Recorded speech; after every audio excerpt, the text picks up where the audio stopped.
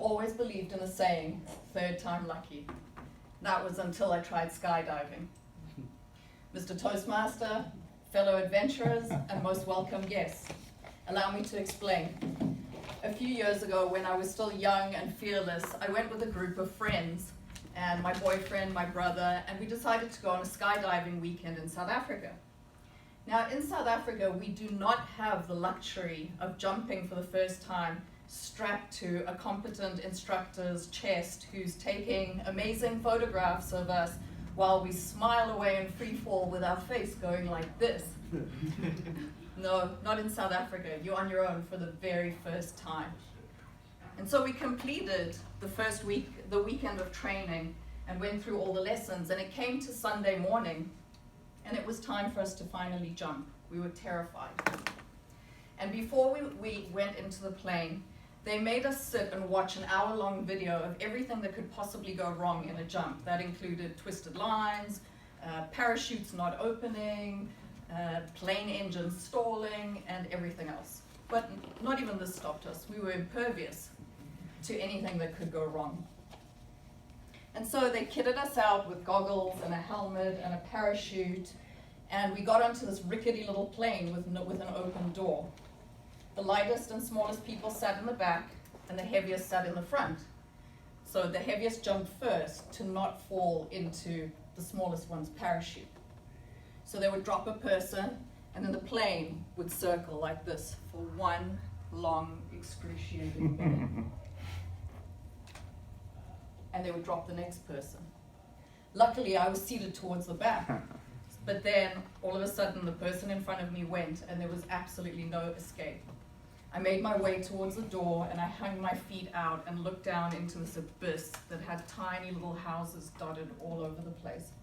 And I held onto the edges with my knuckles going white. And they said, "Jump!" And I said, everything in my body screamed, "No!" And I looked at the instructor, and it was noisy, and the wind and the sound of the engine, and I screamed. I said, "I'm sorry, I don't think I can do this!" And he looked back at me, and he said, "It's okay, you don't have to." And he shoved me out the plane. Oh my. From that minute, I have no idea what happened.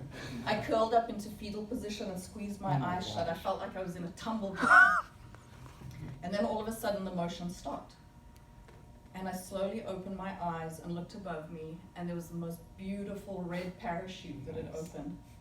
And I looked around me, and there was the most magnificent 360-degree view of this beautiful earth. And it was deadly quiet. I loved it. I was absolutely hooked. I had to do this again. And so as I slowly came down, enjoying the view and every second of it, I landed perfectly on the ground with a guy that had those little lollipop paddles, and everything went perfectly. I had this feeling of exhilaration and excitement, and I signed up again for the next weekend.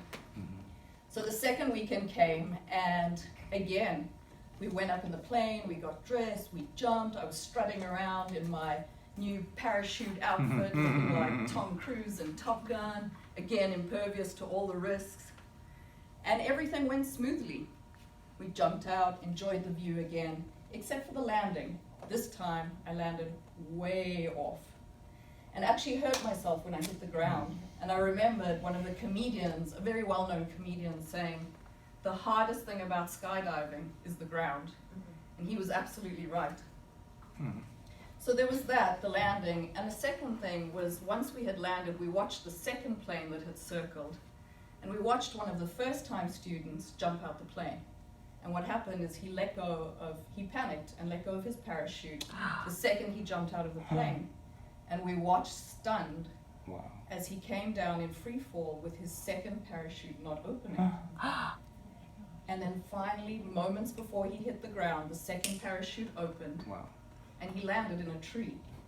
They went into the tree, brought him down, and when they took him back to the air hangar, the guy was like as white as this t-shirt. I've never seen anyone look so terrified in my life. But again, we were impervious to it all. And so we came back for weekend number 3. Weekend number 3, again, strutting around in our outfits, feeling confident about all of this. We went up in the plane, jumped out, But this time something was different. I felt like when with my eyes were closed that something hit the side of my head. And when I opened my eyes, to my horror, I looked up and the parachute wasn't open. All the lines had twisted up. And my helmet had been pulled off by the parachute coming out and was hanging down here on the side. So it was quick decision time, helmet, shoot, helmet, shoot, helmet, shoot. I decided on the shoot for obvious reasons. And then started this movement of twisting your legs to create momentum to untie and untwist the parachute. In the meantime, I put my helmet back on. But because my chute hadn't opened, I dropped so far down. And so now I was looking in relation to where my feet were. You pick a point on the ground to see if there's any movement, and there wasn't. Actually, below me was a highway with trucks going in opposite directions, and I was coming down in the same spot. I was starting to panic, and it got really scary. Then I managed to move a little bit over.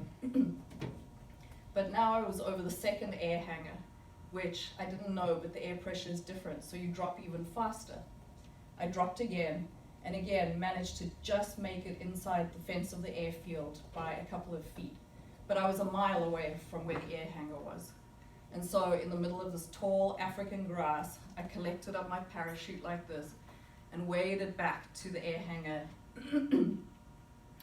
with my parachute and shaking from the fear. And when I finally got back, my brother and his friends were all sitting on a couch drinking beers, celebrating their jumps. And they looked at me and started laughing. And I said, "Hey, where have you been? We were wondering where you ended up." I was furious in that minute, and I decided to call it a day before I killed myself skydiving. And so my lesson was, it's third time lucky with everything, except for skydiving. Mr. Toastmaster. Very good.